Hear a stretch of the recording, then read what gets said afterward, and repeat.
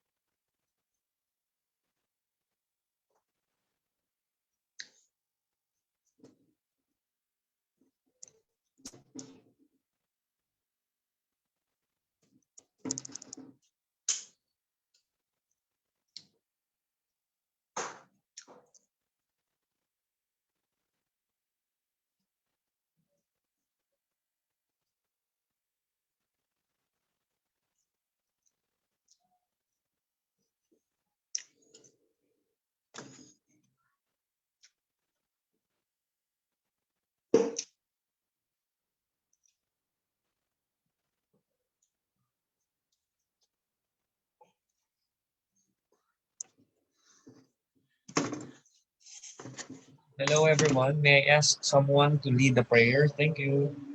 Before we begin, let us start this activity with a prayer. Please. Sir Darrell, can you lead the prayer, Sir Darrell?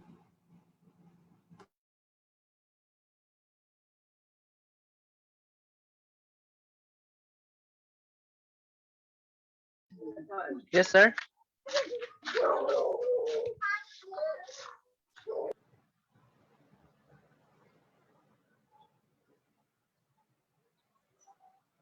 Sir Darrell, Sir. can you lead the prayer?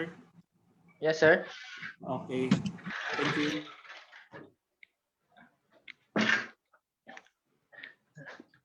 Uh, Good evening, teachers. Can we close our eyes and let's bow our heads? Oh Lord God, thank you po Panginoon sa hapon na ito, Lord God, na pinagkatipo mo ang mga aspiring teachers, Panginoon. Nawa nga po, Lord God, na ma-absorb namin kung ano yung mga learnings na ituturo sa amin sa magagabing ito. Nawa nga po na magsilbi itong pundasyon upang madala namin sa araw ng exam lahat ng aming mga matututunan at natutunan ay mariremind sa aming mga puso, sa aming mga isip. At sa magtuturo po, nawa nga po na bigyan mo siya ng knowledge and more wisdom. Yun lamang po, salamat po Panginoon sa hapon ito. We claim the victory na lahat ng ito ay matututunan namin at ma-absorb namin. Salamat po. Sinabi binabalik lahat ng papuri, pagsamba sa pangalan ni Jesus. Amen. Thank you very much, Sir Daryl.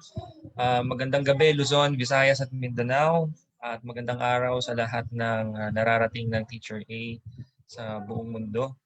To all aspiring teachers, I am happy to be with you, whether it's on Zoom or via Facebook Live. Thank you very much for participating. I really appreciate it. And we are on part 2 of this review. This review will cover special education, child development, child and adolescent development, and theories of learning. And wala nang paligoy-ligoy pa. Let's start. I will be sharing my screen now para marami tayong ma-cover na items. All right. Do you see my screen, guys?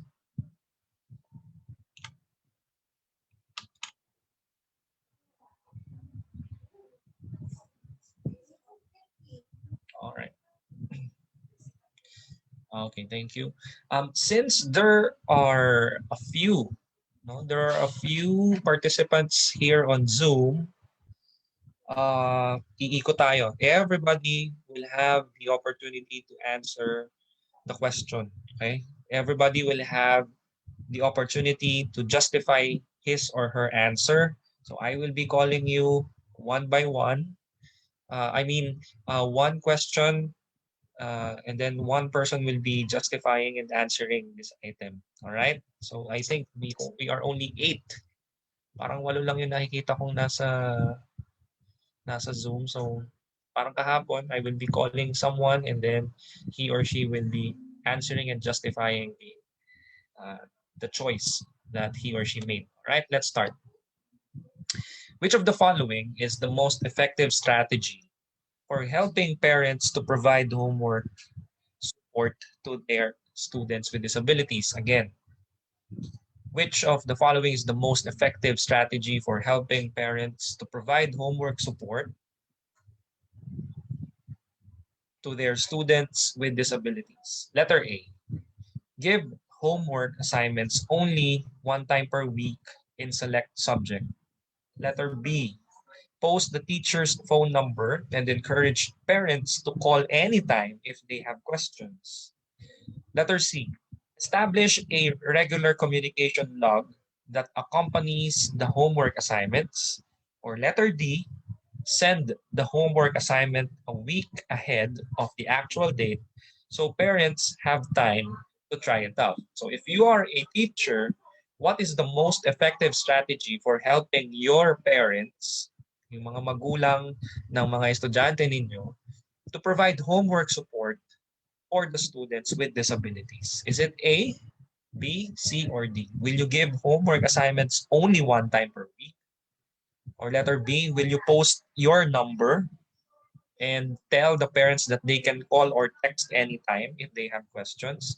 Or letter C, you will establish a regular communication log that accompanies the homework assignments? Or letter D, you will send the homework ahead of time so that parents will have time to prepare for it. So you have to choose the most effective strategy.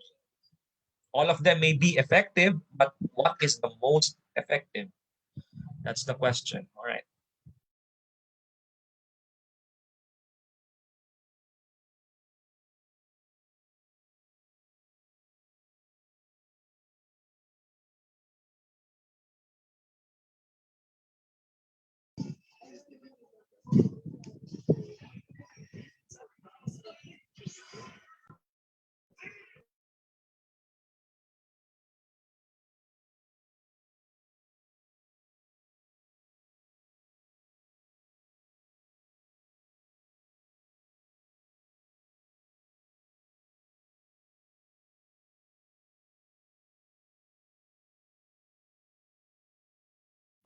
All right, let us check the answers via Zoom. Letter C, Sir John Mark, Ma'am Roslyn, and Sir Daryl said it's letter C. Okay. On Facebook, there are 2 answers. Both make it 3. All of them answered letter C. Okay. Hi, Ma'am Roslyn. Hello, sir. Hi, good evening. Ma'am Roslyn, will you please justify your answer? Bakit letter C? For me, I choose letter C because as a teacher, we need to establish a strong communication in regards with our students. So for me, that is the best answer, which regular communication establish a good output of our students most especially if it has the disability. Yun po, sir. All right. Very well said. Thank you very much, Ma'am Roslyn. And I think nagkakaisa, uh, the participants are united in their answers, and all of them have answered letter C. And let us check if the correct answer really is letter C or number 3. Yes, that's the correct answer. You have to establish a regular communication log that accompanies the homework assignments. Balikan natin lahat ng choices. No? For number 1, nakalagay dito, you will give homework assignments only 1 time per week in a select subject. That is effective if the school is small and the population is small. Madaling i-manage yun. That will be very convenient for both parents and teachers. But the problem will be, the problem will arise if the school is big and if it has a large population. Ang hirap tutukan nun. It will be really stressful for teachers, no, na natutukan yung ganito, lalo na kung pukpukan na yung grading, no, pagka marami ng kailangan checkan, baka mamaya matabunan na ng activities, matabunan na ng iba pang mga kailangan gawin. Baka magkulang yung sources ng grades kapag ganito yung ginawa. Although it is an effective strategy, but it might only be applicable to small schools with small population. On number 2 naman, it can be effective, but we should not practice this one. Right? We are not saying that this is bad. However, especially if the mean, if your reason is good, no, kung maganda naman yung dahilan na gusto mo ng gusto mong you want to have a constant communication with your parents or students, okay lang, but this is not a really good practice, especially if the parents will call you in the middle of the night, for example, or during weekend and you are doing something else, you are not thinking about your job, and the parents eventually will call you. This is not a good thing. All right, so number 2 should be canceled. And then number 4, if you look at number 4, although this is also quite okay, pero you are somehow teaching the parents to be dependent on you, no? Masyadong nagiging spoon feeding yung sitwasyon. The situation becomes it becomes more of a dependent thing, right? You are making the parents dependent on you if you are doing this, kasi aasa na nga yan. So 1 week or a day, may basta ahead of time, the teacher or the parents will be really depending on you sending those assignments. At kapag halimbawa na mismo yung ganong klaseng gawa, malungkot man sabihin, no, baka sumama pa yung loob sa inyo magulang. Diba? So number 3 is really the best and the most effective strategy to provide support for the homeworks of students with disabilities. There should be constant communication, pero may boundary. No? There should always be boundary, especially for the parents. They should know when should they call or when should they send the message to the teacher. And of course, the teacher will agree. That's very important. And once both parties, teachers and parents, agree on a certain schedule, certain type of communication, certain channel, that's a good thing, right? So students with disabilities can experience significant problems with homework due to their short attention spans and lack of organizational skills. And they may require support for this task. Establishing a regular communication log is an excellent strategy to use with parents of children with disabilities, not just for homework assignments, take note, but for behavior management and daily activities. Providing a log for the homework assignments will give parents a place to jot down questions. Ayan, may chance sila, no? Na tanong na lahat ng gusto ng tanungin, is ipaghandaan lahat ng pwede nilang paghandaan bago magkaroon ng communication between them and the teachers. It will give parents a place to jot down questions and comments about how well the child performed and record their opinions about the progress their child is making. And it will be useful documentation to use at a parent conference, particularly when holding an annual review conference. All right. Now, let's move on to second question. All right. What major issue that is not covered by a transition plan will the parents of a child with a severe disability face when their child graduates from high school? Again, what major issue that is not covered by a transition plan will the parents of a child with a severe disability face when their child graduates from high school? A, continuing education. Continuing education. B, employment. C, involvement in the recreational activities of the community. Or letter D, placement of their child in a group home setting. Anong issue? What is the biggest issue that is not covered by a transition plan? Transition plan is the program that would help students with disabilities, no, to cope with education, not just education, but even with community involvement. Okay, so what is the major issue that is not covered by this one? With the parents of a child with severe disability face, ano yung pinakamalaking problema na kakaharapin ng isang magulang kapag gumraduate na yung anak nila sa high school? Is it continuing education, meaning college, employment, involvement in the recreational activities of the community, or D, placement of their child in a group home setting?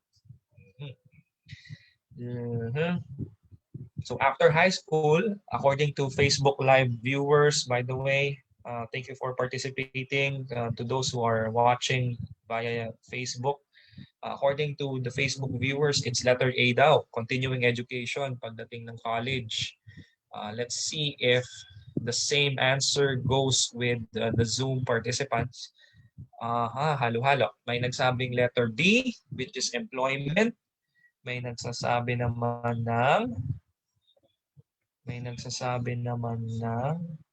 nagle-letter C. Yeah, all of them are letter B. Ma'am Roslyn said it's either A or letter B.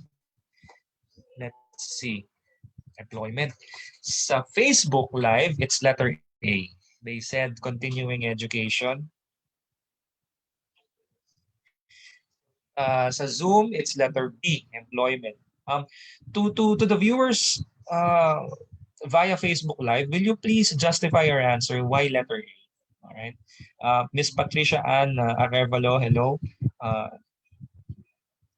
Sagot niya ay A, tapos naging letter B. Pwede rin daw yata ang letter B. If you have the means, will you please justify your answer? Kung letter A ba or letter B? And here on Zoom, I will be calling...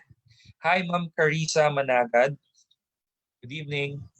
Sir, good evening. Hi, thank you for responding. Ma'am Carissa, question. Why is your answer letter B?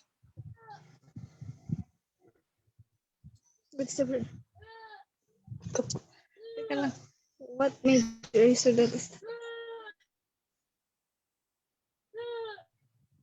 Employment kasi ano to?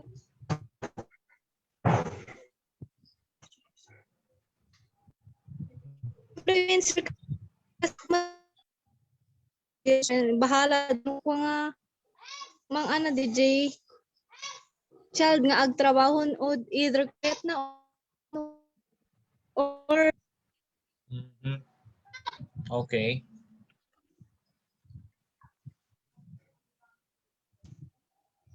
either gusto niyang magtrabaho or hindi. Nasa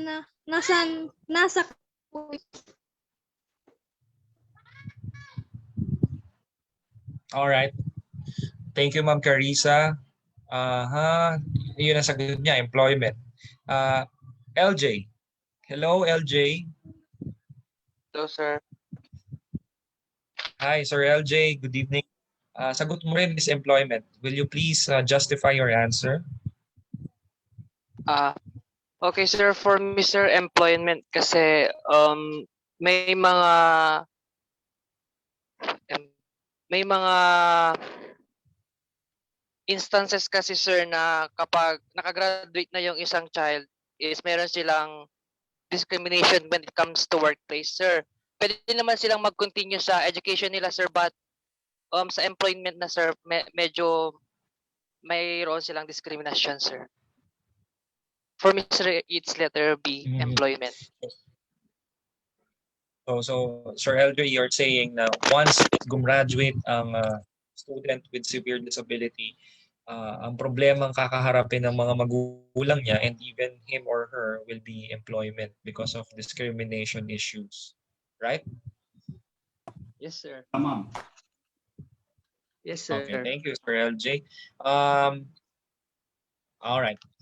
Thank you very much. Okay.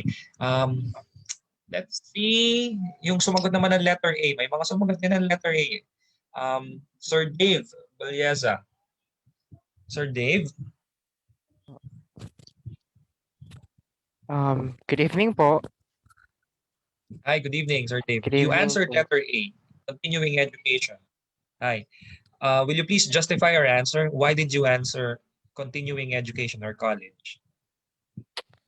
Sa akin po kasi sir, ang connotation ko po ng college is for acquiring technical or if not technical, more technical knowledge that is necessary for a specific job. Like for example, if you wanted to be an accountant, you have to take the necessary knowledge for taxation, accounting, so on and so forth. And nung nagbabasa po kasi ako dun sa mga bata on autism spectrum, isa po yun sa mga challenges na they have to hurdle. Kasi ang thinking ko po kasi employment, meron na po ngayon ng mga um, marami na po ngayon na companies or should I say agencies na friendly when it comes to those individuals that has or which has special needs. So ang thinking ko po is the likelihood of employment to be the answer is kind of low. Tsaka placement of yung involved naman po kasi in recreational activities in their schools po kasi since I have a friend po na special education teacher, they have and they have had activities po when it comes to these individuals. Not just to lessen the stigma, but for them po to explore their social and recreational skills. Lastly po, yung placement of their children in a group home setting. Basically po kasi isa to sa mga kumbaga isa rin po sa mga kino-consider ko, but today po kasi diba? Because of lack of good terms po or better terms, in-embrace naman na po natin sila, and yun nga po aware na din po tayo, if not 100%, pero aware na din po kasi ang home ngayon when it comes to dealing with such need. So yun po yung na-come up ko po sir na sagot. Thank you po. All right. That's very comprehensive. Thank you very much for sharing your thoughts about this item. Both C and D, yun nga, gaya nung sinabi ni Sir Dave, those things shouldn't be a concern, no, for parents or even the student. Kasi nga, the belief of Sir Dave, correct me if I'm wrong, I'm just trying to rephrase what you said. Those things, letter C and letter D, are already part of the transition plan. Nagagawa na siya, may programa na para doon. But um, with letter A and B, ito nga, ito yung pagpilian talaga na magiging main issue, main problem of the parents and the student. But let's see what the correct answer is. Thank you to the three students, to the three participants who shared their answer. Yan ang sagot. The placement of their child in a group home setting. Bakit kaya? If you look at the justification, allow me to read. Walang nakakuha ng tamang sagot. No? Allow me to read. Children with disabilities are required to have a transition, right? Transition plan at the high school level, and areas such as education, employment, and recreation are included within this plan. Living arrangements are discussed in planning a transition, but parents are often responsible for following through with the placement of children with severe disabilities into a group home setting. Right? Group home. Look, take note, group home. Okay? Let us look back at the choices. Okay. Ayan. Group home setting. Ayan. For us, yung mga typical na nakakapagtapos ng pag-aaral, whether high school or college, we are assumed to have an easier way of coping, especially if we are living in a boarding house, for example, or if we are renting. Okay, in the case of students with special needs, students with severe disability, isa yan sa mga kailangang paghandaan, especially ng mga magulang, because they will be going out. They will show their personality, they will show who they are to the world. And one thing that may be a big concern for parents is yung kapag lumabas na sila ng bahay at titira sila sa ibang tahanan with a certain group, may kasama sila, pagka may ka-boardmate sila, mga ganyan, no? And part of the transition plan should be this. However, if you look at several transition plans, yung mga bago, there are already established programs for college. Some universities, I will mention one, Centro Escolar University, for example. I graduated from Centro Escolar University, and they have a very good continuing education program for students with special needs. May college course talaga para sa kanila, and I believe library science is one of those. Nakakapag-aral yung mga estudyante with special needs, with who are differently abled, with the course of library science, and that's one of the most effective college programs. No, napakaganda ng programa ng Centro Escolar University doon. Shout out to the administrators of Centro Escolar University for building that up. That is a very good thing. For employment, there are a lot of companies who are establishing the programs for people with special needs and who are differently abled. One good example is Shakey's. Ang Shakey's, nag-hire sila ng mga employees with Down syndrome, and that is a very good practice. There are a lot of companies, but on the top of my mind, Shakey's yung una ko naalala, because I saw their post on Facebook. I think that was 2 years ago, and it really touched my heart when I saw it. That's a very great practice by Shakey's and other companies. Kapag naalala ko mamaya, sasabihin ko yung mga kumpanya na yon. And recreational activities of the community, of course, this is the entire community doing this, and they are responsible for creating a safe and friendly environment for students with severe disability or who are differently able. Okay? But the problem is, paano kung sa ibang community na tumira ang estudyante na ito? No? Sabi nga kanina ni sino ba? Si Sir Dave yata, nakalimutan ko, discrimination might be a problem. Alright? Now, pwedeng sa employment nga magkaroon ng discrimination. But of course, parents will encourage the student or the person or their child apply to a company that is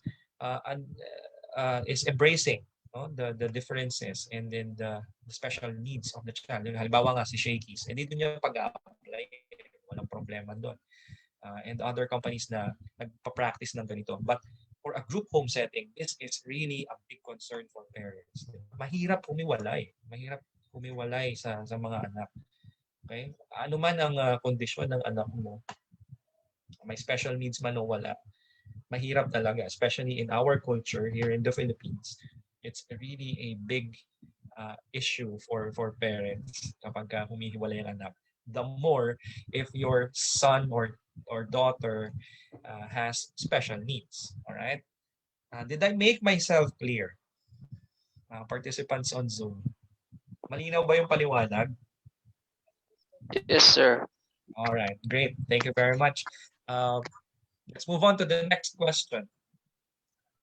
By the way, this reviewer, the set of questions were sent to me by Sir Ruel. Si Sir A ang nag-send niyan. Nakiusap siya sa akin na baka pwedeng ito muna ang gamiting reviewer kasi bago nga no? Sobrang daming bagong items. Kahit ako nung binabasa ko na ano rin ako nagulat din ako na mga bago ito, ngayon ko lang nakita, ngayon ko lang na-encounter. But let's have a rundown of the items. This is the next question, number 3.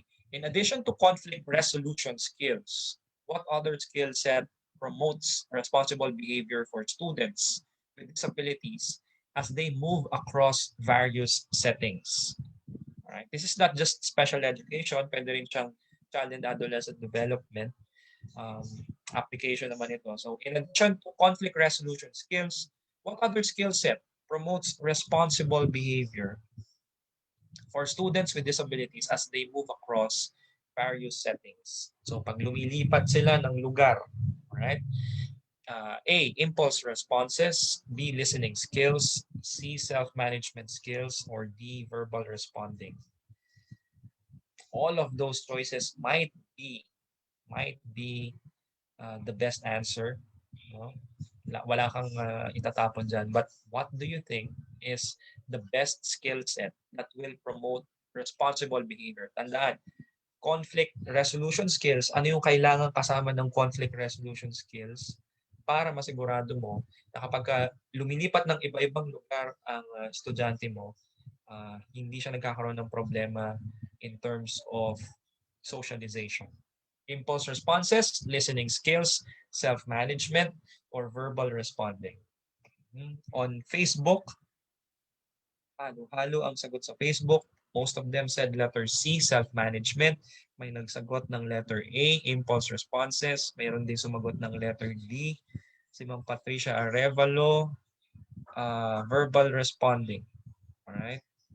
Please, Facebook viewers, if you have means, if you can, please type in your justification for your answer. Thank you. I would appreciate it. I will read the justification on Facebook. Let's see the answers of the participants from Zoom. Daryl said it's either A or C. Ma'am Carissa said impulse responses. So pinagpipilian nila ang A at C. Okay.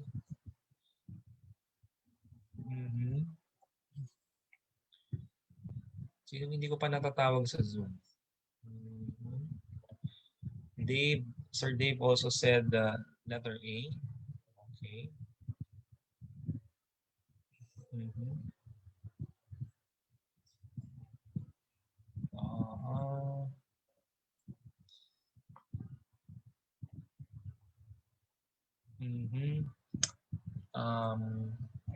Ma'am Roslyn, hello.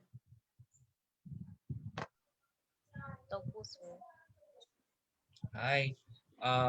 Will you please justify your answer? Why letter A? Bakit impulse responses? For me, sir, I choose letter A because it is in when we say impulse responses po, kailangan po matutunan ng bata, most especially when they have disabilities, is how to interact with uh, with the community or with the others. So once a teacher teach these impulses skills, matututo siyang magtanong kung paano makisalamuha at makisama sa ibang tao kahit po nasa ibang lugar siya. So this is the best choice kasi when we say student with disabilities, listening skills might be not well developed. Self-management skills also, alam po natin na disability, so kailangan meron po ditong patnubay, and verbal responding also, same as in listening skills po, sir. So I choose letter A, impulse responses po.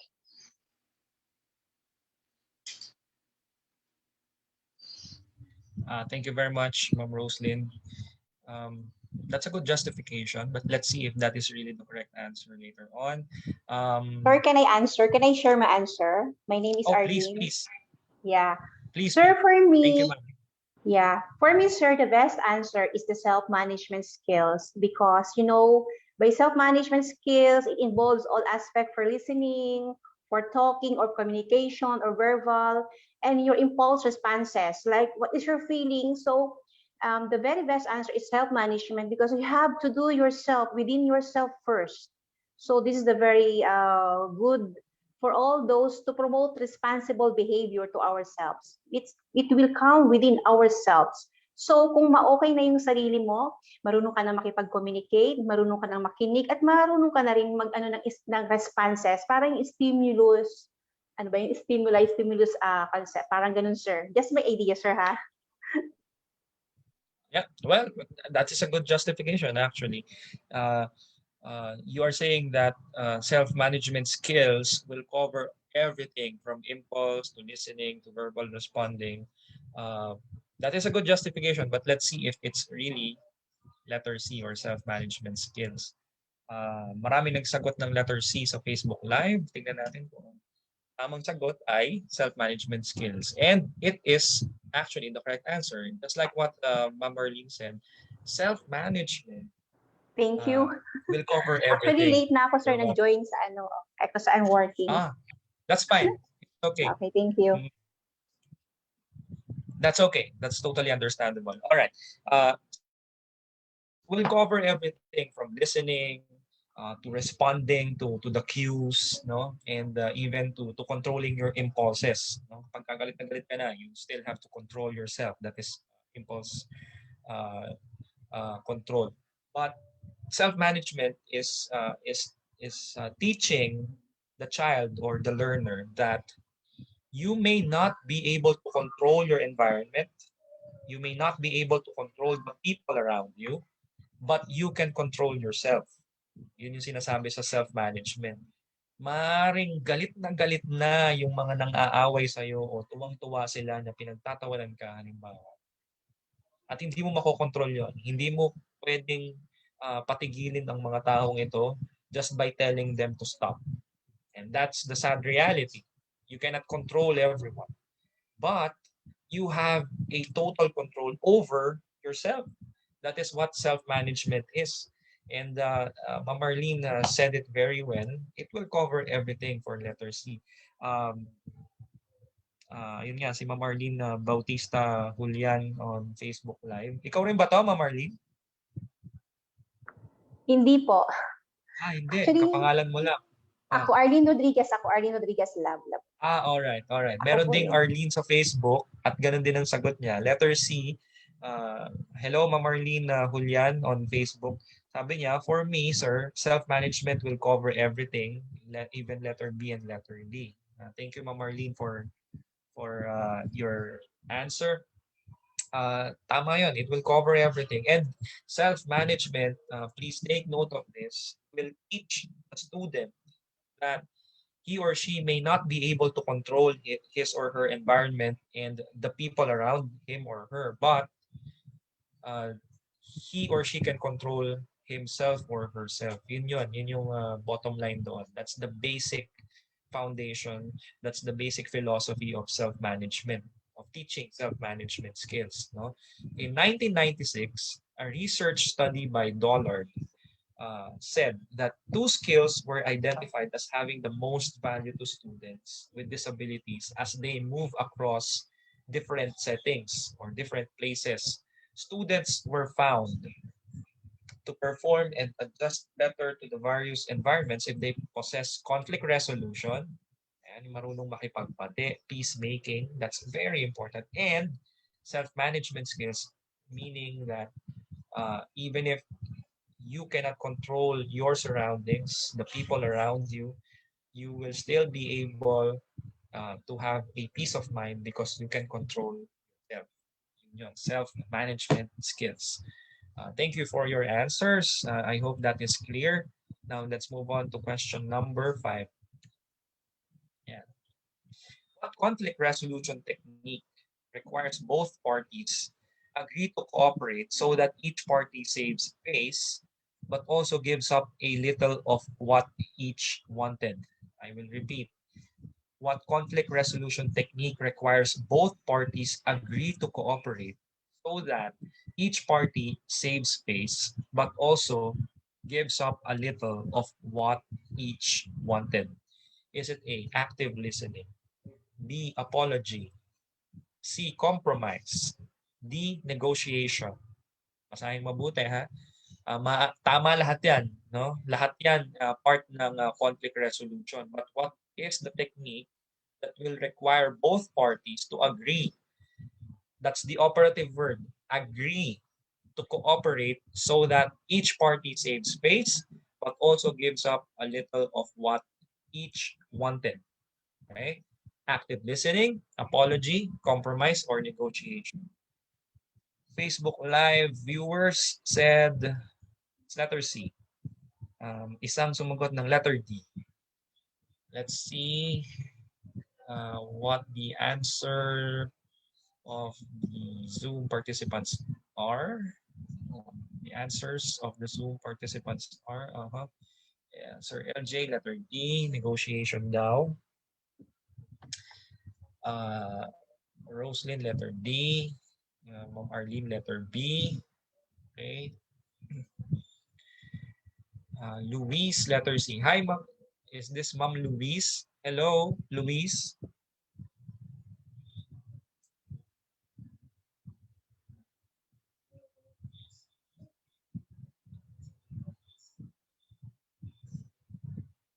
Hi, Ma'am Luis. Are you there? Can you use your microphone? Mahina. Sige. Ma'am Luis, will you just please type your justification? Send mo na lang dito sa chat box. I will read it for everyone. Because you have a different answer, letter C. Yung iba sumasagot letter B, letter D. Marami sa kanila. Even on Facebook, they're saying it's letter D, negotiation. Why did you answer letter C, compromise? Okay. Luis said, pag compromise, may i-give up ka. Pag negotiation, may i-gain ka. Oh, that's a good rationalization. That's a good justification of the difference between compromise and negotiation. Very well said. Thank you, Ma'am Luis. According to Sir Erwan Padua from Facebook Live, compromise because you have to listen both sides. Roger Vibar, compromise in my point of view. Sabi ni Ma'am Elsie Viri, hello. Letter C, compromise because it can be discussed or talked about and to meet halfway. Yun yung sagot nila sa letter C. Facebook Live viewers, please send your justifications, yung mga reason kung bakit yun ang sagot ninyo para maintindihan din natin kung bakit yun ang pinili ninyo. Ma'am Arlene Julian said, for me, letter C because settling a dispute means there should be a mutual concession. Yan yung mga sagot nila sa Facebook. Sabi naman ni Ma'am Louise sa Zoom, Pagka compromise may ilulus ka, no? Pagka negotiation may i-gain ka. Let's read again the question, no? What conflict resolution technique requires both parties agree to cooperate so that each party saves face, but also gives up a little of what each wanted? So may isa-sacrifice ka nga daw. So kung ang sagot ni Ma'am Luis ay compromise, and the definition that she used is that something should be given up or something should be sacrificed, that might be the correct answer. But Sir Daryl Viray sent a message via Zoom, and he said negotiation means to settle something that may bring benefits to both parties. There's a fair justification at the same time means it is balancing something. So that is negotiation, right? So tingnan natin. Sabi nga ni Ma'am Louise, may isa-sacrifice ka sa compromise, may i-gain ka sa negotiation. That is also what Sir Daryl said. May mabe-benefit to both parties. But the question is, what technique will let them save their faces, but at the same time, they need to give up a little of what each wanted? Okay? Tingnan natin kung tama si Ma'am Luis. Tingnan natin kung tama yung mga sagot ninyo sa letter C. The correct answer is yes, it's letter C. Just like what Ma'am Luis said, you have to sacrifice something. Right? Negotiation is different because just like what Ma'am Luis said, ikaw lagi kong gagamitin, Ma'am Luis, because yung example mo ang lagi kong gagamitin because you said it right. No, it was concise. It was short and it was concise and it was good. Negotiation, you will gain something, no? Parehas. May pagnegosasyon kay, no? But with compromise, you will be sacrificing something, right? So you will resolve whatever conflict you have, but at the same time, you need to sacrifice something, right? And it's way better than negotiating. Okay?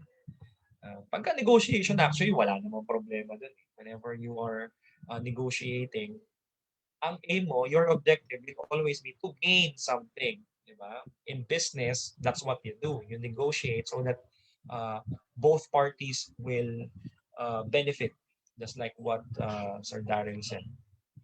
But with compromise, I think this is a very important thing to teach. With compromise, sometimes a person should sacrifice something so that he or she will be able to resolve a conflict, right? And the skills of compromise are not the simplest to master. Sabi ko nga kanina, di ba? This is an important thing to teach. Pero ang hirap niyang ituro actually. Kasi you will sacrifice something. And that's hard. That is not easy. Especially if you are teaching this to a child. Di ba? You have to explain everything. Why do you need to sacrifice?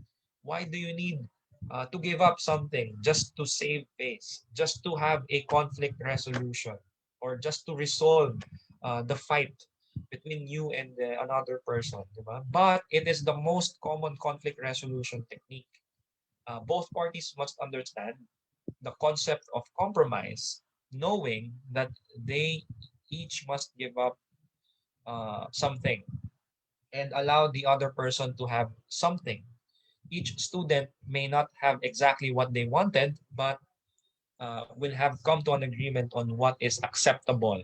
Techniques for conflict resolution between students should be taught at the elementary school level. So as early as elementary, dapat itinuturo na yan sa values class, sa homeroom guidance, dapat na ituturo na yan sa mga bata.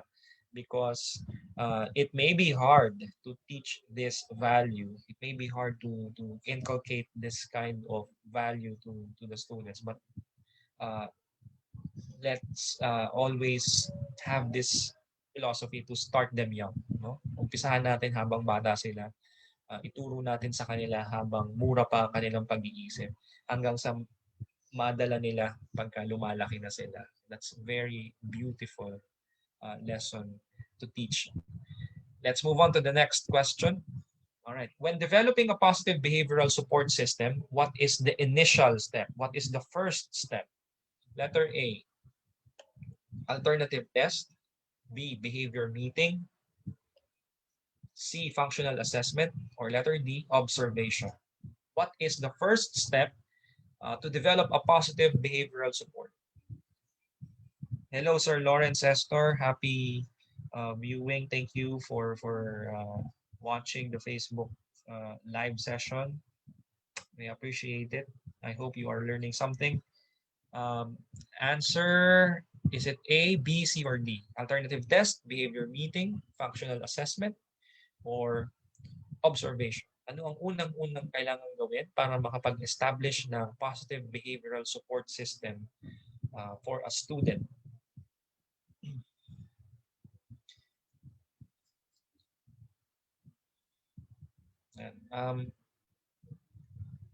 To both Zoom and Facebook Live participants, please send your justification.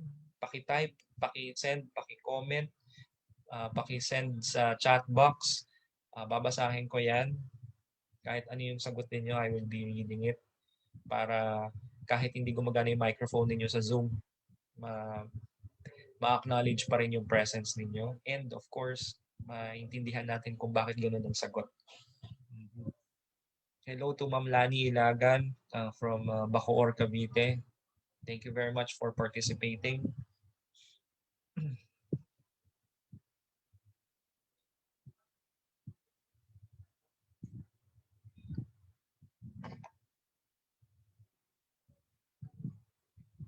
Okay, let's see. All right, on Facebook, Sir Lawrence said, Sir Lawrence Estor, I guess it's observation so we can identify how we would initially approach the students. Okay, observation. Hello to Ma'am Dayan Anam from Iloilo. Thank you for participating. Ma'am Cristala Alba said on Facebook still, it's letter D because you still need to observe what positive behavior can be seen. Ma'am LC, very letter D because you still need to understand and identify the behavior first. Observation din ang mga sagot nila sa Facebook Live. Tingnan natin sa Zoom. Letter D. Ma'am Louise said, basis ng magiging action ng observation. Okay. Daryl said, observation, in order to know and establish a support system in learning, kailangan po munang malaman kung ano yung mga bagay na kailangan mong isama or i-include, ano yung mga positive techniques na pwede mong magamit. Okay, so nagkakaisa yata ang sagot nila. Both Zoom and Facebook, puro observation, letter D. Tingnan natin kung letter D talaga. Hello, Ma'am Ella de los Reyes Honorica from Quezon City. Thank you for participating. To Ma'am Dalin Estoy from Batanes. Roger Vibar has another answer. He said it should be letter C, functional assessment, since we are talking about positive behavior. There's also a point for that. There's also a point. Thank you, Roger, for your answer. Hello, Sir Roger Vibar from Katarman, Northern Samar. Layo ng nararating ng teacher. Thank you for participating. You have a good point. You are talking about positive behavior, so dapat functional assessment. Let's see what the correct answer is. Teka, may iba bang sagot dito sa Zoom? Let's check. Lahat letter D. Okay, let's see if the correct answer is, Ma'am Rosana, hello. Behavior meeting daw, letter B. Hi, Ma'am Rosana.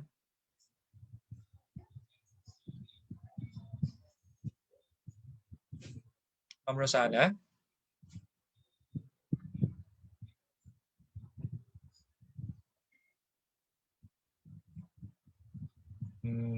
Wala. Hindi yata gumagana yung microphone ni Ma'am Rosana. All right. Let's check what the correct answer is. Functional assessment. Yan. Roger. Yan. That's That's the correct answer actually. Functional assessment. I was waiting for someone to bring that up. No, the operative word is positive. Yeah, positive eh. Positive behavior ang pinag-uusapan doon sa item na yan. Balikan natin ha. Positive behavioral support. All right, functional assessment. Positive behavioral support systems link interventions to the functions of behaviors. All right. So when you talk about positive behavior support, it will always be about functional assessment. Assessment. All right. You may say, sir, kapag nag-observe ka, di ba assessment na rin yun? Yes, but that could be just an informal way of assessing someone. Okay. But we are talking about a program here. We are talking about a plan that will help the student or the learner or the person with special needs. No, and functional assessment is the best technique. It is the best tool for you to really have a clearer picture of what you are dealing with, especially if your aim, if your objective is to create a positive behavior support. Okay, let me just read. Positive behavioral support systems link interventions to the functions of behaviors. Therefore, the first step in creating the system is to conduct a functional assessment. Completion of functional assessment is critical to making successful behavioral changes. So, tandaan please take note. Please be reminded that when you are dealing with positive behavioral support, you have to have a functional assessment first. Okay, so positive behavior, functional assessment. Shout out to Sir Roger for having that answer. Very good from Patarman, Northern Samar. All right. Hello to Miss Christine Liagas. Thank you for participating. Let's move on to the next question.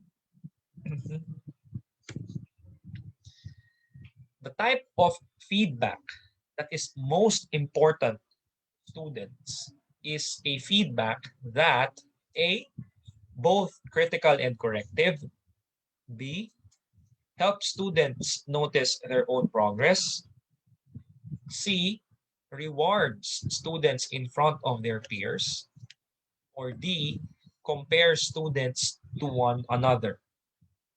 What is the most important feedback that you must give to your students?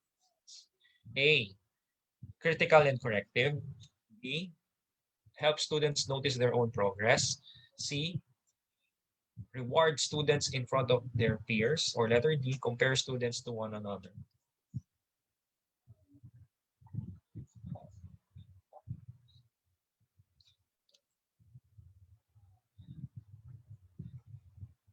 Okay.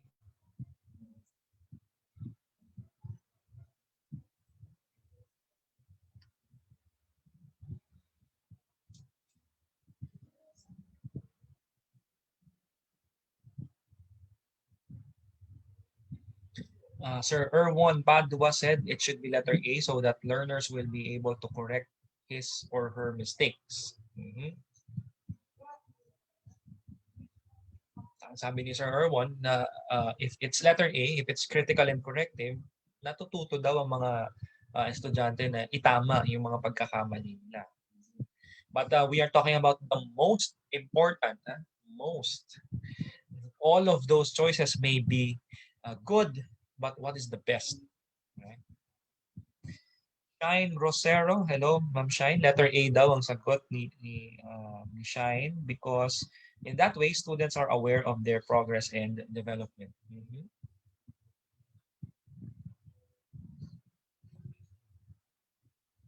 Ma'am Cristala Alba from Facebook Live said it's letter B because that's actually the purpose of feedback. The progress and improvement. Very well said. We'll see if that's the correct answer. On Zoom, letter B daw ang sagot. Sabi ni LJ, sabi ni Ma'am Rodeza. Si Ma'am Luis, letter A. Si Ma'am Arlene, letter C. Okay. Paki-type yung message ninyo or if you want to use your microphone, you may do so. Buksan na lang yung microphone tapos sabihin na na may sagot. if you want.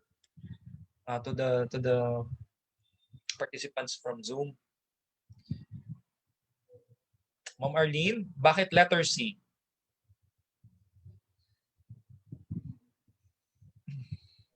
Hello, Ma'am sir. Carl? I'm supposed to tell my answer. Okay. For me, reward students in front of their peers is the most important feedback that the students, like for example, for me as a learner, if I am being praised in front of my classmates, I am more delighted, you know. So yun siguro, that's the most important. Parang ilalagay natin sa sarili natin na ako as a learner. It will be more appreciable if I will be rewarded in Mm, front of my classmates, something like that, or even in the okay. Zoom. Okay, that's it, sir. All right. Okay, thank you, Ma'am Arlene. Thank But you. how about the students? But how about the students who were not rewarded? Do you think they will be motivated uh, to to to do something Not better? not so, yeah. It's better, they will be more rewarded if they're being praised. Uh-huh. Pero That's my only. Hmm. paano kung halimbawa hindi sila nape-praise? Kunwari, wala silang nagagawang okay, parang normal lang. Wala Mm-mm. silang something remarkable na nagagawa. Do you think it will motivate them to do better if they see their classmate being rewarded? What do you think? Case to case basis, if they're also Mm. being rewarded or motivated by writing in the notes by the teacher, but All it's right. more better if it's like a positive feedback. What do you call it? Positive reinforcement, something like that. Mhm. And you are suggesting that if it's possible, the Mm-mm. teacher will be giving it to everyone. Of course, yeah, it should be fair to everyone to have a rewards. It should be always be Okay. fair. Thank you, sir. You're welcome. Thank you very much as well. That might be applicable case-to-case basis nga sabi mo, no? That might be applicable to a small setup, no? Pagka maliit ang population sa classroom, halimbawa, pwedeng maging applicable 'yon. That might be an effective thing. But let's see if letter C is the correct answer. On Facebook, teka, babasahin ko lang muna ha yung mga sagot nila sa Facebook. Roger Vibar said letter B. Being a learner, the most important feedback is to notice his or her progress. Okay? Mhm. O parang sinasabi sa letter B, no? Pag sinasabi sa letter B, the teacher is guiding the student to see his or her progress, no? Na nakikita doon na yung quiz mo medyo bumaba. So parang nagkakaroon ng ng special moment, special time between teacher and student. Let's see if that is correct.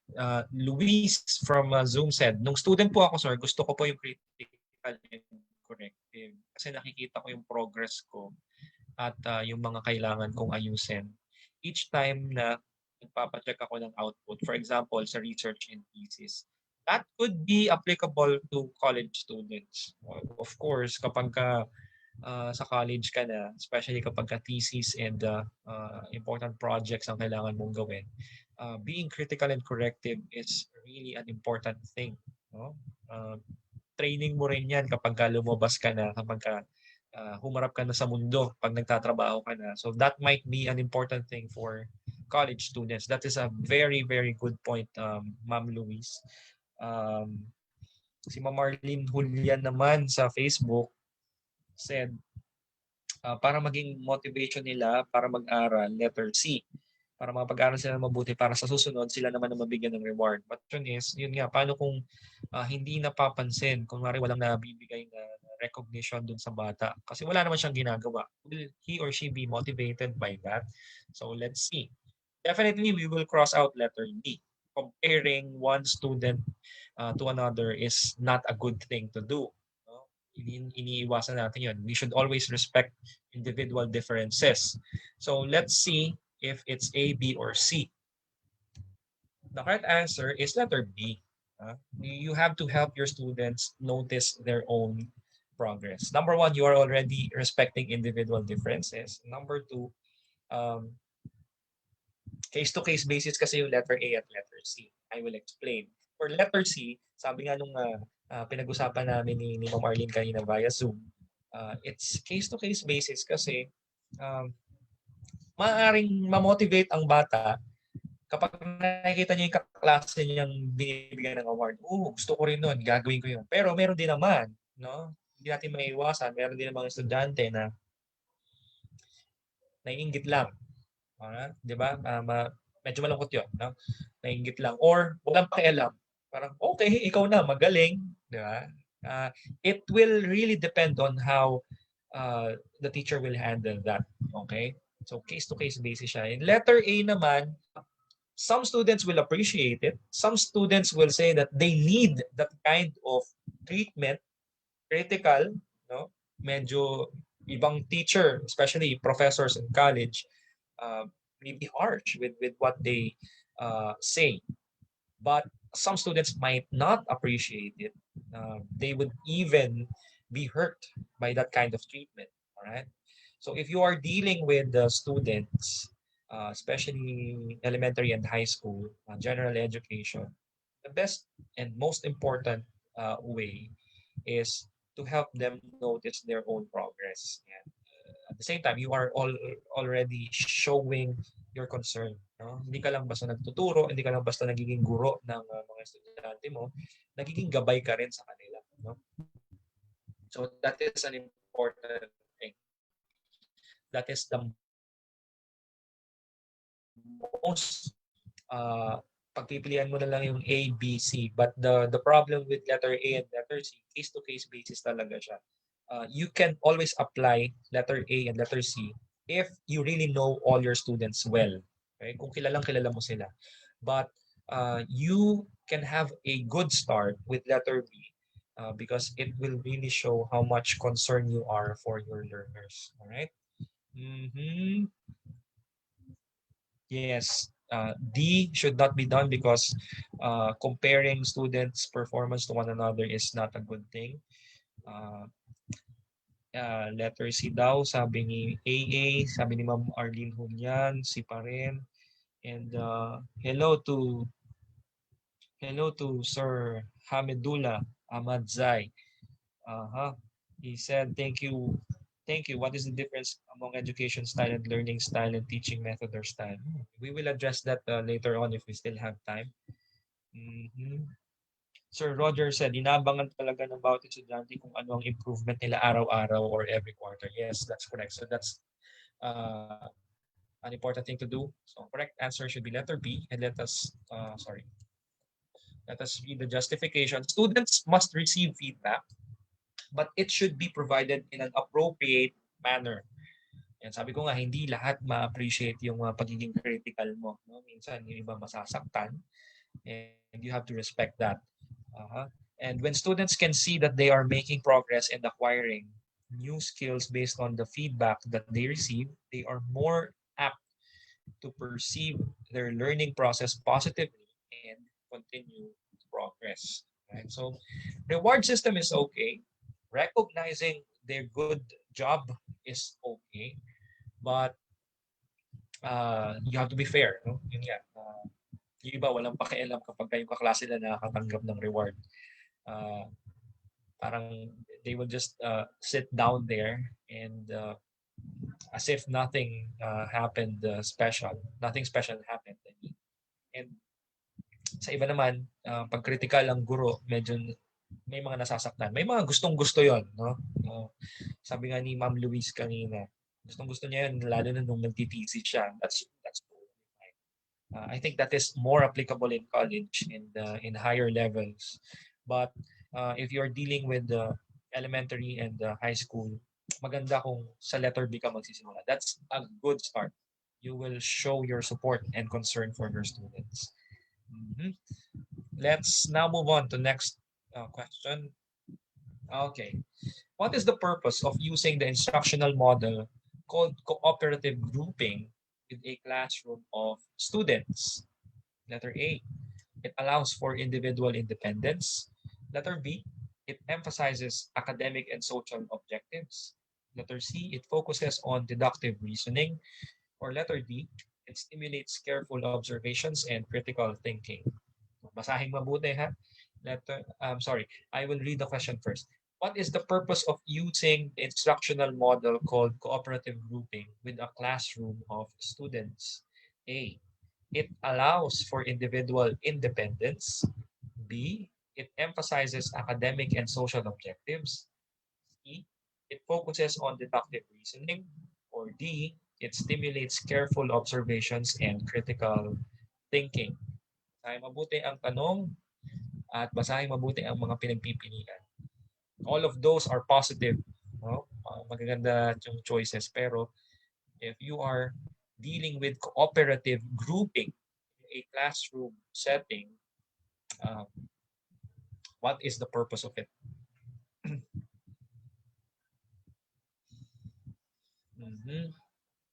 Most of the answers from Facebook Live, letter B. Let's see via Zoom, ano yung sagot nila? Letter B din. Okay. It emphasizes academic and social objectives. See? Paki-justify yung sagot. Facebook Live viewers, please justify your answer. Same with Zoom. Zoom participants, please justify your answer. You may use your microphone if you want, or you may just send it using the chat box. By the way, I just came home. I came from the Kingdom of Saudi Arabia. Nakabakasyon ako ngayon. Kakauwi ko lang dito sa Pilipinas. I just finished my quarantine because OFWs are required to stay in a hotel room for 10 days to complete the quarantine. That is the requirement of the government. Kakauwi lang namin sa bahay, and I'm here in Laguna, and I miss the place. I really miss the place, and masaya sa Pilipinas. All right, letter D, according to Miss AA, because if it stimulates careful observations and critical thinking, somehow is related to brainstorming. That's a valid point. Yeah. Miss Carol from Facebook said it explains. She answered letter B. It explains their purpose in cooperative grouping, social and academic objectives. Is it just the objective of grouping to socialize? In lang bang ng objective? Or is that the main reason why the teacher is grouping his or her students? Academic and social. So to socialize and to learn, is that the academic para tumaas ang grades? We will see.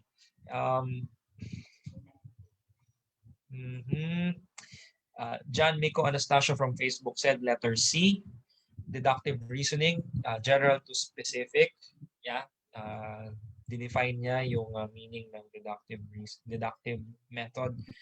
Cristala Alba, letter B, because with cooperative learning, they would still need to think individually, but they will also learn to cooperate with their classmates, open for suggestions, and will improve their skills in socialization. Very well said, Ma'am Cristala. Jane Rose Fernandez, letter B, since cooperative grouping and social objectives are related.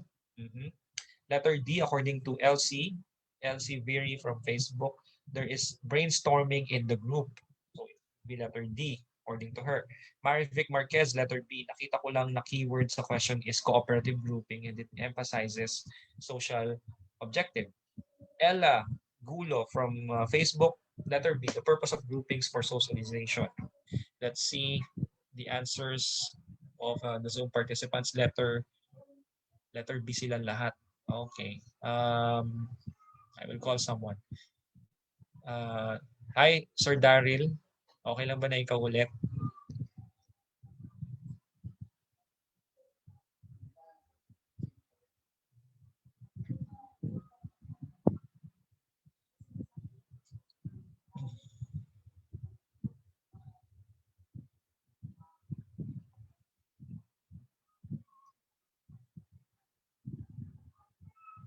Okay. Any justification from Zoom participants? Pakisend lang sa chat box if your microphone or your internet connection is not that stable.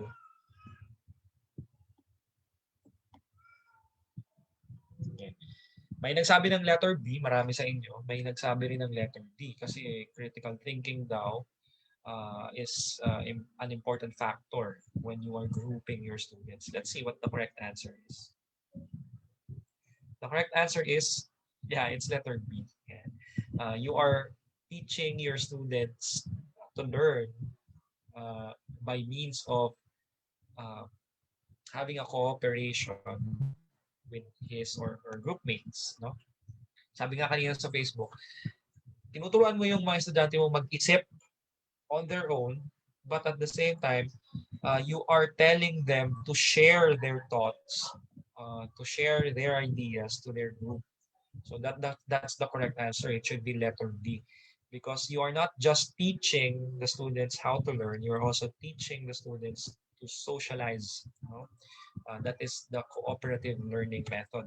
In cooperative grouping, cooperative, sabi nga, that's the operative word. That's the key word there, cooperative. So may pagtutulungan. In cooperative grouping, students are engaged in face-to-face interaction. On virtual classes, via virtual classes, nagkakaroon tayo ng breakout rooms or breakout sessions. Ginugrupo natin yung mga estudyante natin, hiwa-hiwalay, mag-a-assign ka na activity for them and they will do something.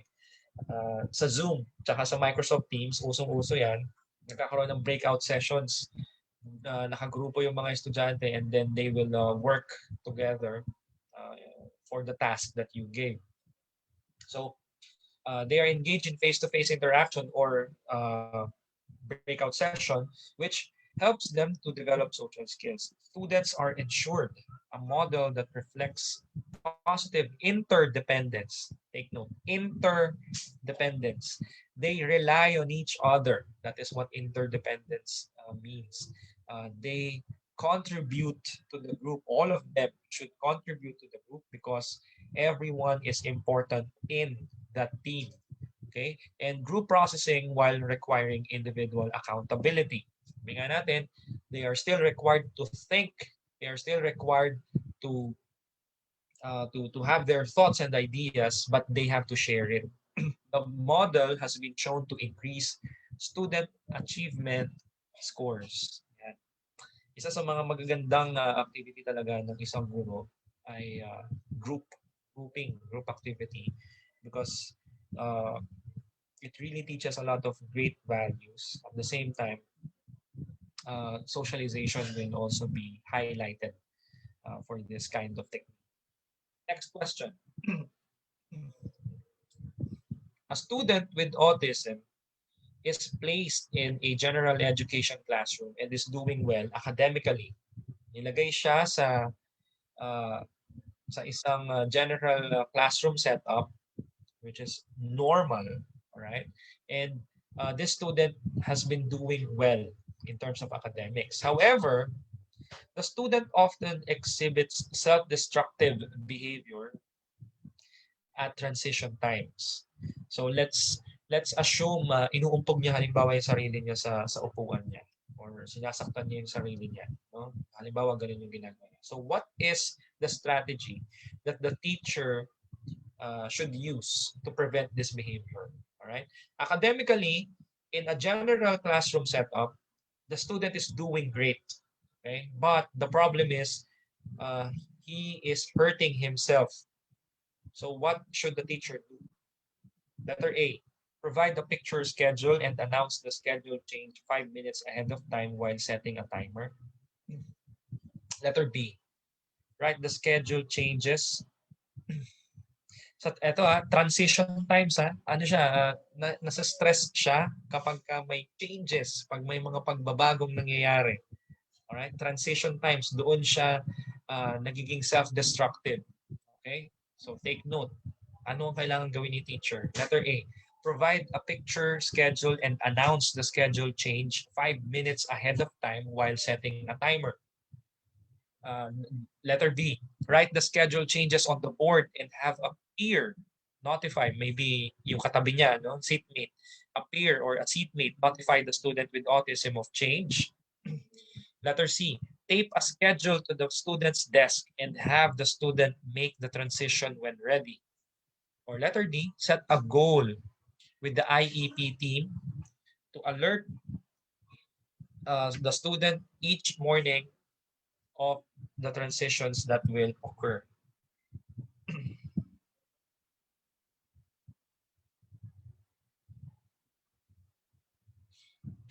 IEP means Individualized Education Program. So this is the special education department of, sorry. Ano ang kailangan gawin ni teacher kapag ang student with autism na nasa general classroom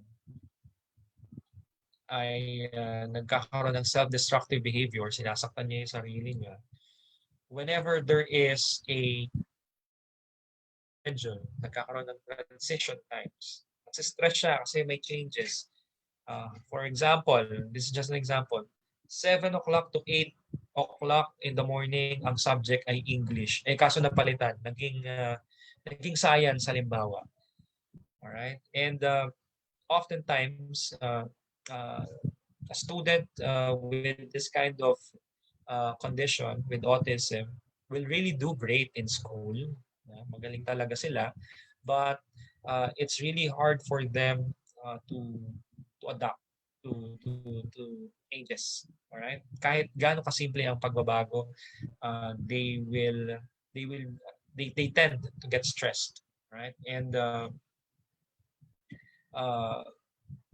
sadly, the worst is sinasaktan nila yung sarili nila kapag sobrang stressed na sila sa mga sitwasyon. So ano ang kailangan gawin ni teacher para maiwasan yung self-destructive behavior ni student kapag may changes sa schedule? Is it A, should the teacher provide a picture schedule and announce the schedule change 5 minutes ahead of time? Is it B, write the schedule changes on the board and have a peer notify the student with autism of change?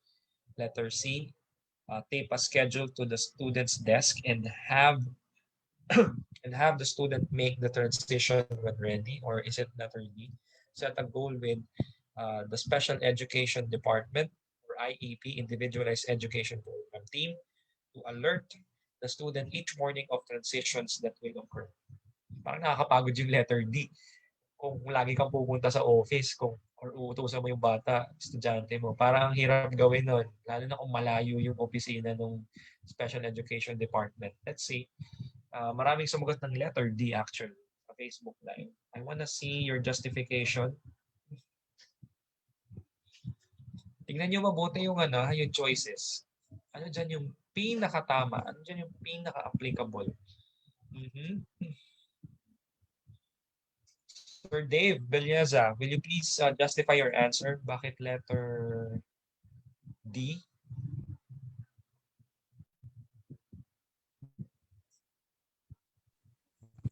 Good evening po ulit. Sa totoo lang po, medyo torn po ako kung alin talaga kasi kung alin po talaga up until now. Pero yung sinagot ko po kasi is letter D.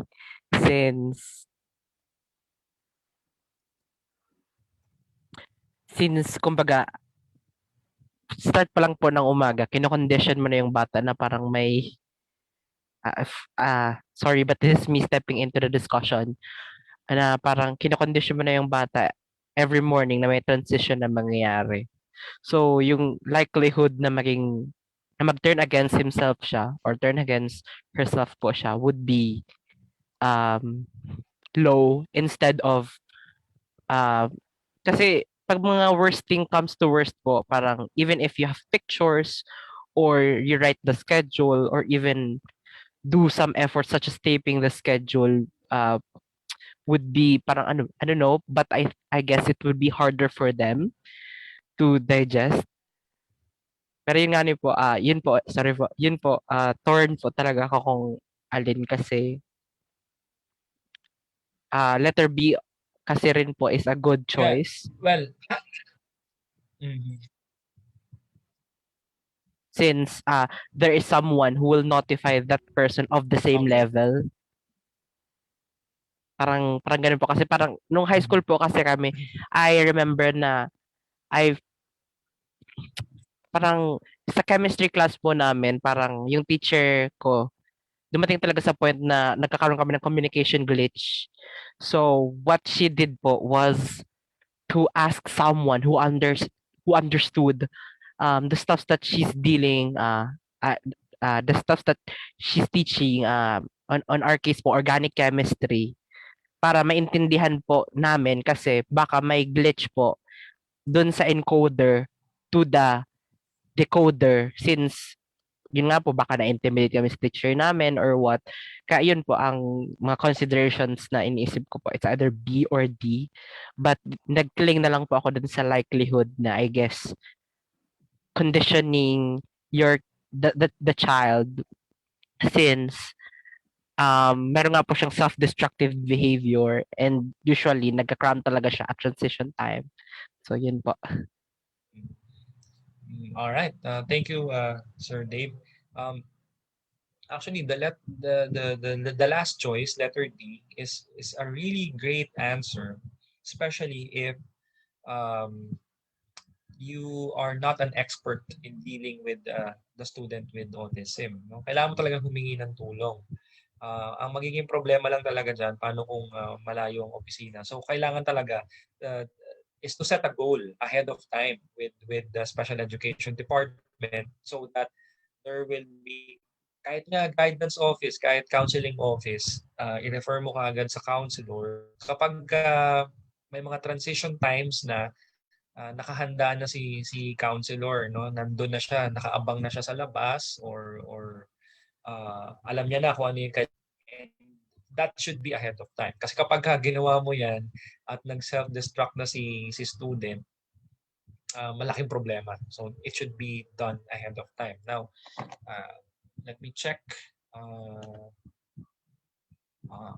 Okay. Let's see the correct answer. Maraming sumagot ng letter D. Actually, letter D is a very great answer. Yeah, but the correct answer is letter A. Provide the picture schedule and announce the schedule.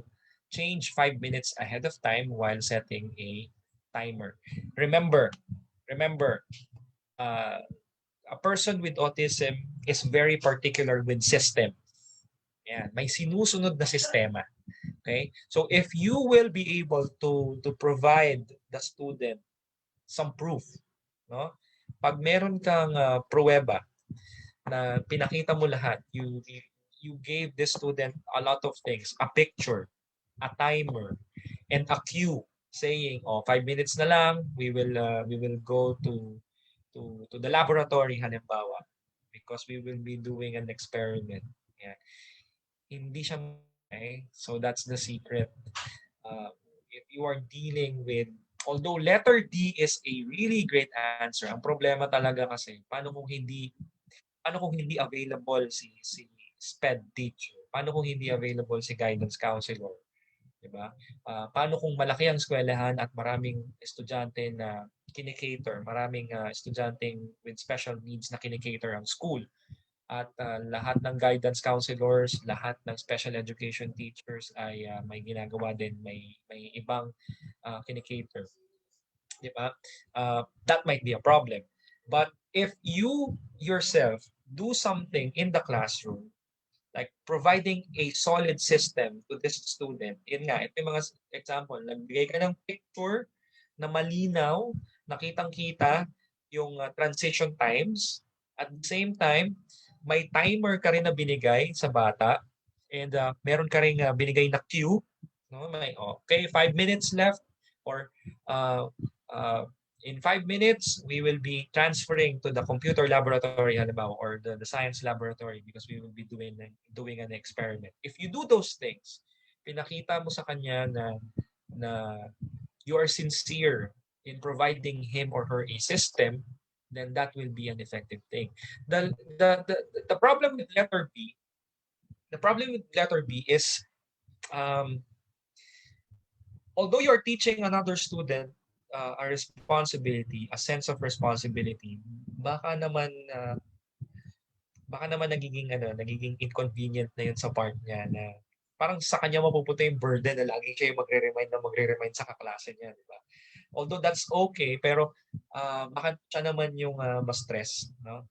Iiwasan din natin yun, syempre. Hindi naman maganda yun, no? And of course, with letter D, kulang naman siya. Walang cue, walang timer. Nagpakita ka lang ng schedule. Okay sana. Pero kung letter A ang pinili mo, may cue, which is 5 minutes left, di ba?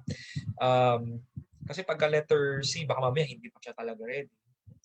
Maghihintay kayo, di ba? Kawawa naman yung ibang estudyante mo. But with letter A, that is the best answer because you are giving a system that this student will really follow. All right? Is my explanation clear?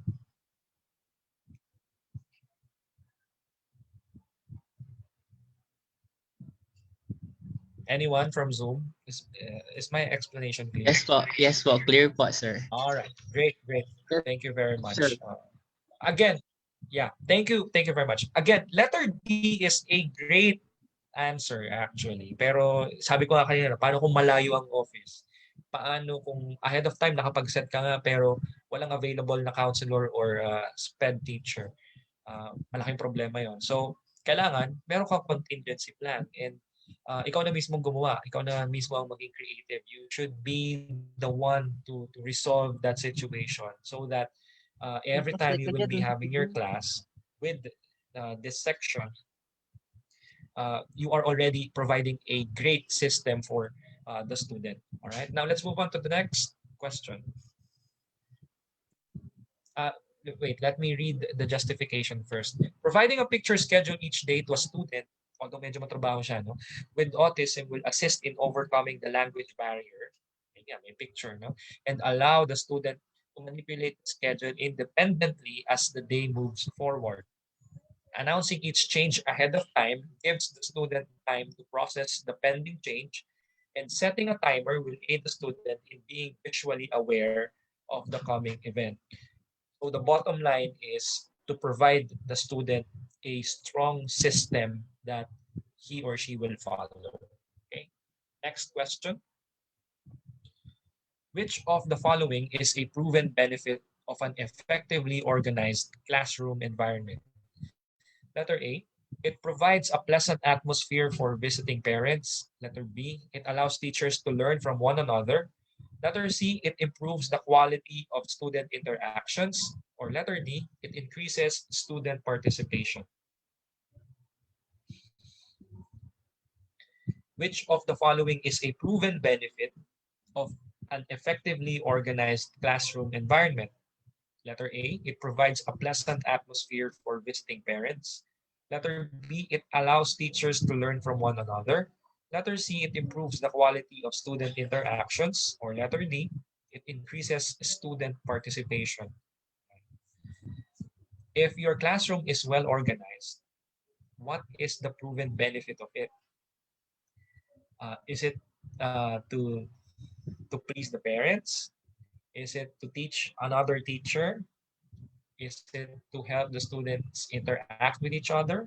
Or is it to help the students participate more and better? Right? Okay, let's see on Zoom. Another tricky question daw, sabi ni Sir John Mark.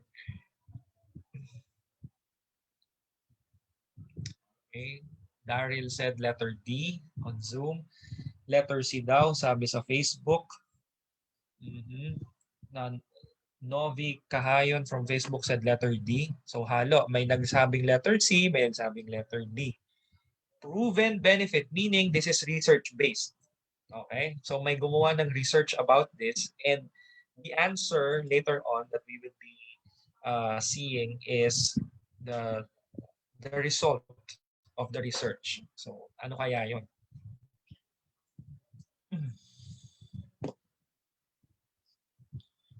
Ayan, please send your justification via the chat box to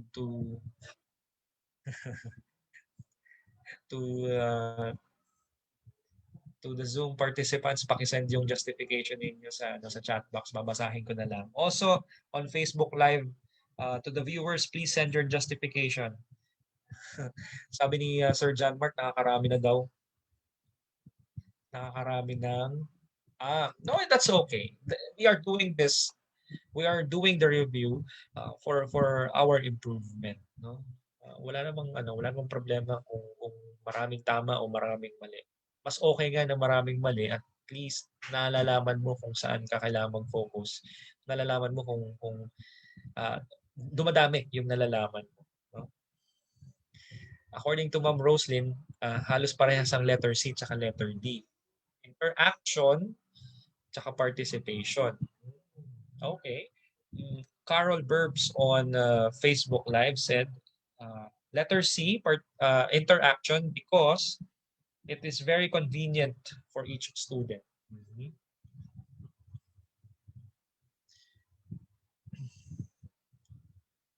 Daryl said,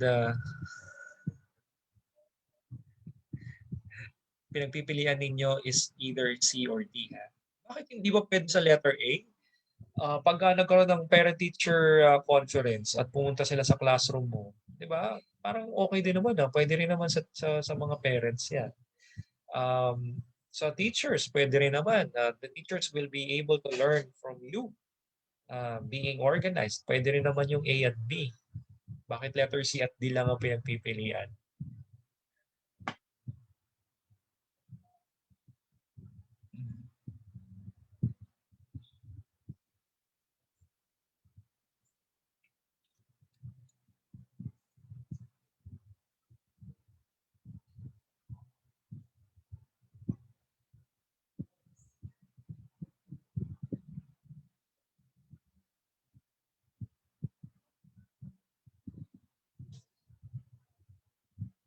Okay, let's see.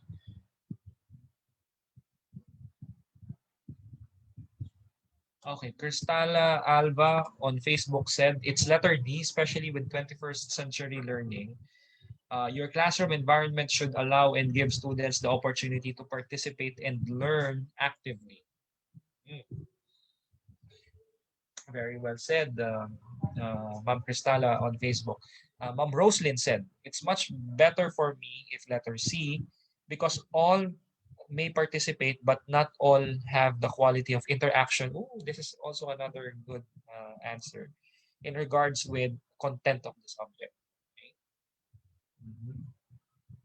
Carol Burbs on Facebook said, it's letter C kasi pag maingay ang environment, affected ang students, hindi makapag-concentrate. They are all distracted from the place where they are. So, is it C or D? Interaction or participation? Are you ready to know the answer? All right, let's check. Interactions. Okay, interactions. Letter C. Yeah, it's letter C. Why? This is according to a research. Okay, this is according to our research. The manner in which a classroom is organized affects student learning and behavior. A study from 1999 showed effective organization of a classroom contributes to increased academic learning. It lessens disruptions and improves student interactions. You are not just talking about the student's interaction with the teacher. Okay? You are also dealing with the student's interaction among his or her classmates. Okay? So pag walang teacher sa loob, halimbawa, parang break, even for high school students, halimbawa, if the classroom is well organized, if the classroom is well ventilated, clean, well lit, may mga bulletin board na maganda ang mga nakalagay, it increases the chance for students to interact with each other, right? Mas ginugusto nila halimbawa magstay sa classroom na malinis, na maganda ang ilaw, well ventilated, at may mga information na nakalagay sa bulletin board. Kasi lahat ng kailangan nila nandun na. And the interaction among them will be increased because you are giving them a reinforcement. Pinapakita mo as a teacher, as the advisor, kasi ikaw ang gumawa ng classroom, as the advisor, you are showing them that All you need is already here in the classroom, and you just have to interact with your classmates, right? So again, um, letter C may be correct. Letter A and B are also good. Okay, but this is according to a research. So hindi natin mapapalitan kasi ito yung lumabas sa data nila. Ito yung lumabas sa resulta nila. And although this is a 1999 research, masyado na siyang matagal, we can do another research and we might see a different answer. Especially sinabi nga dito ni sino nga yun? Ni Ma'am Cristala on Facebook. It's 21st century learning. Baka bago na yung data, baka bago na yung resulta. Pwede nating gawin itong research ulit na to at we might see another answer. Okay? Next question. What's a research-based strategy for increasing student motivation? This is a learning theory. Okay? This is a learning theory. What is a research-based strategy for increasing student motivation? Letter A. Build relationships targeting students who are at risk as all other students are capable of adult interactions. Letter B. Provide classroom performance expectations and behavior requirements in consistent and clear terms. Or letter C, compliment students for completed assignments even if the work does not meet the criteria. And D, give extrinsic rewards for everyday task accomplished student. What is a research-based strategy for increasing student motivation? A, build relationships targeting students who are at risk as all other students are capable of adult interactions. B, provide classroom performance expectations and behavior requirements in consistent and clear terms. Letter C, compliment students for completed assignments even if the work does not meet criteria. Parang sinasabi sa letter C, no, na kahit, okay, gumawa ka ng assignment mo pero hindi naman talaga yun yung pinapagawa mo. Pero sige, okay lang yan. That's still good. Yun yung sinasabi sa letter C. Letter D, extrinsic rewards for every task accomplished by each student. Okay, what is the best answer? A, B, C, or D? Mhm.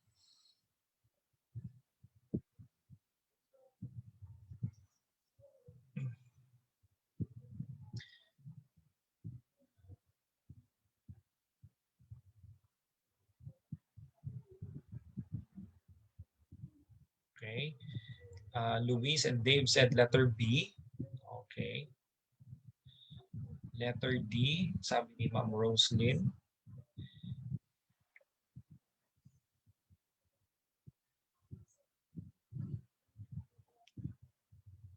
Sir Daryl dyan, ano yung sagot mo? B? B ba ito?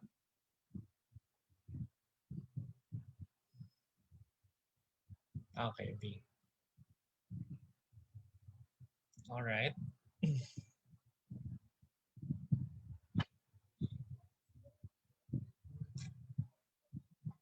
It's already 7:45. Maybe we'll just have 2 more questions and then we will just continue on our next meeting. I'm pretty sure Sir A, Teacher A Review Center will give me another schedule kasi hindi ko pa natatapos na medyo marami pa. Sabi ko nga, itong slide na to, 200 plus, ang daming questions. Alright, Sir Erwan Padua from Facebook Live said, letter B is the answer because if you set your expectation as a teacher, makikita mo na mas pagbubutihin ng learners ang gawain nila. That's a good answer. Zoom participants, baka meron kayong justification sa sagot ninyo, pakisend naman. Thank you. Most of you answered letter B, and I want to know why.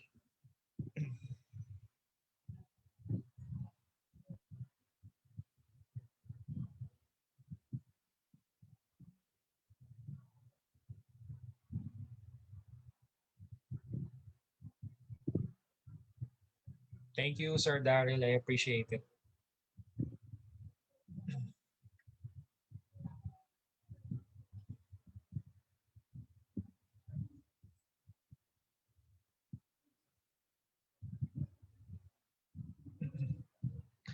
All right. According to Ma'am Marivic Marquez on Facebook, it's letter D. Because extrinsic rewards nakakadagdag para mas ma-motivate ang students. How about intrinsic? Parang mas there are two types of motivation, intrinsic and extrinsic. Pag sinabing extrinsic, ito yung mga reward na tangible, no? It's either nireregaluhan mo, binibigyan mo ng yun nga, may gift, or tinataasan mo halimbawa yung grades niya because of the accomplishment. But how about the intrinsic motivation? This is tricky. Okay naman yung extrinsic reward, pero how about the intrinsic? Baka mamaya, masanay yung estudyante mo kabibigay ng reward, extrinsic reward, tangible reward. Hindi niya na nasa puso yung dahilan kung bakit siya nag-aaral, no? Which is para matuto siya, para mag-develop siya, para mag-improve siya. Baka mamaya kaya lang niya pinapataas yung grades niya para makakuha siya ng reward. That's the problem with letter D. All right? Ma'am Cristala Alva from Facebook Live said it should be letter B because setting them expectations will give them the sense of direction in learning and increase student motivation. Very well said. Zoom participants, any justification?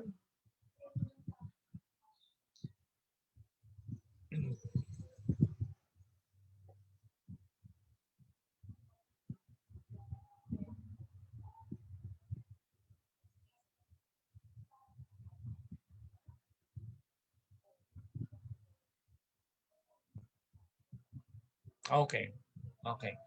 Let's see what the correct answer is. Definitely, we will cross out letter C. Okay? Hindi naman maganda na hindi naman tama yung ginawa ng estudyante mong assignment halimbawa tapos i-compliment mo pa, di ba? It's not good. You are teaching your student the wrong way if you are doing that kind of activity. Pag mali, sabihin mo na mali, no? You can say it in a very nice way. Okay? So you have to cross out letter C and all right. May mga sumasagot pa rin letter B. Ayan. The correct answer is letter B. Let me share with you something. I worked in Colegio San Agustin, Makati. Shout out to all teachers and staff of CSA Makati in Dasmariñas Village. During the first day of school, the teachers, the advisors are already bringing this one up to the students during their classroom rules, no?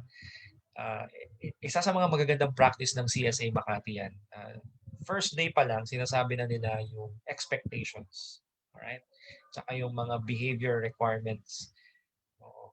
Kasi mahalaga talaga na from the first day pa lang, malinaw. It's already clear for the students what should they expect and what should be expected of them. Alright? It helps the teacher to establish an authority, an authoritative figure. No, sorry, not authoritative. A kind of authority that the students will respect. That's very important. Mahalagang bagay na sa unang araw pa lang ipinapakita na kaagad yung expectations ng teacher at yung marinig din ng teacher yung expectations ng mga estudyante. All right? And another thing is yung behavior. What is the ideal type of student that is required whenever he or she is entering the classroom or entering the vicinities of the school. Yun yung mahalaga. So it should be really letter B. And I'm sure it's not just Colegio San Agustin that is doing this. I'm sure there are more schools, marami pang mga, there are a lot of schools that are doing this kind of practice from day one. Kahit naka-online learning nga, dapat ganyan yung ginagawa.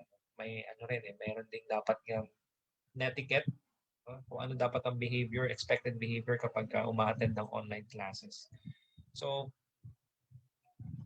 the justification is, according to Skinner and Belmont, this is not Burroughs Skinner, hindi yan yung behaviorist, iba yan. Skinner and Belmont in 1991 researched the various aspects related to student motivation And they determined that one of the better ways to increase students' motivation to learn was to help each student understand the criteria for class assignments and expectations for acceptable classroom behavior. So we have to cross out letter C and letter D kasi yung letter C nga, mali na yung ginawa ng estudyante mo, i-complement mo pa. Tapos yung letter D naman, it's okay to give the students some rewards, pero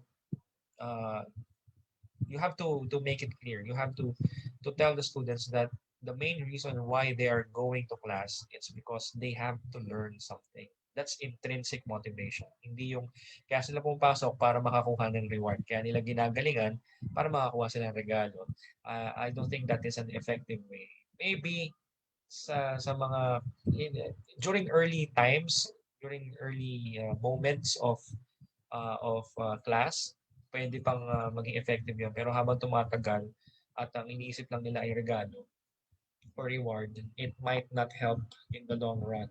All right. Next question. I think this will be the last question, and then we will be ending the review.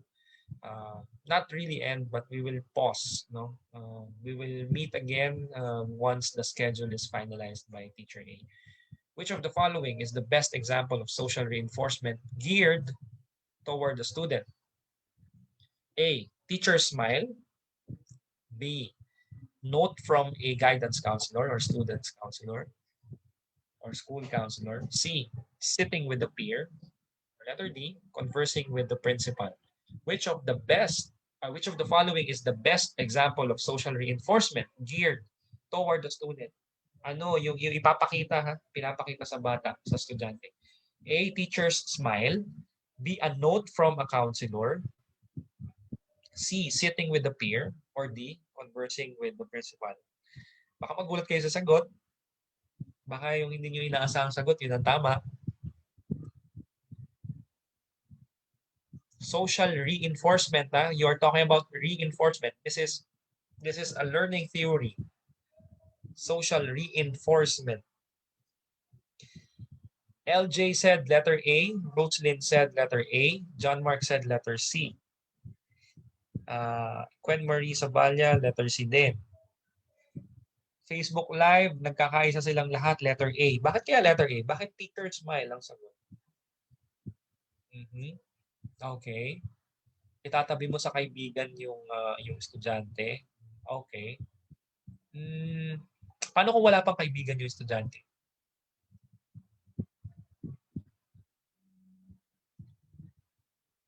Paano kung new student siya? On Facebook, a lot of participants are saying it should be letter A, the teacher's smile.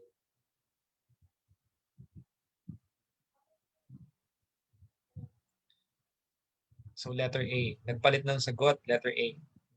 Okay. Bakit letter A? Bakit teacher's smile?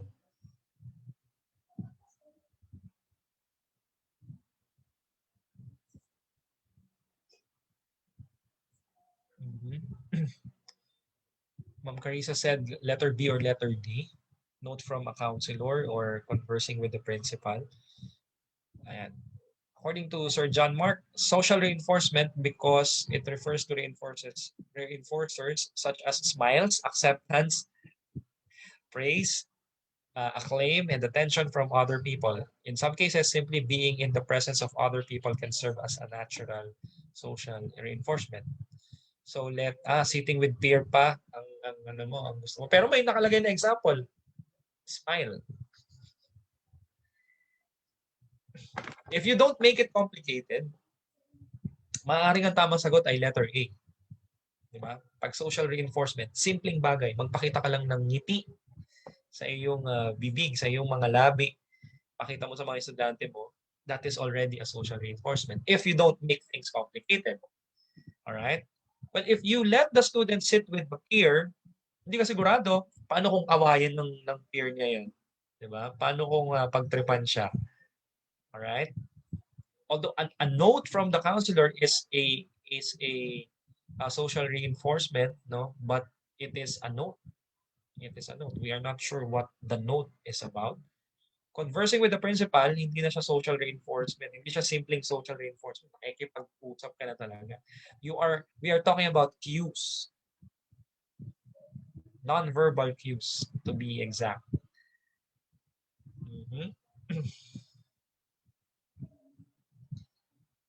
According to Ma'am Cristala Alva from Facebook Live, it should be letter A, teacher smile, because action speaks louder than words. Sabi ko sa inyo, baka magulat kayo sa sagot eh.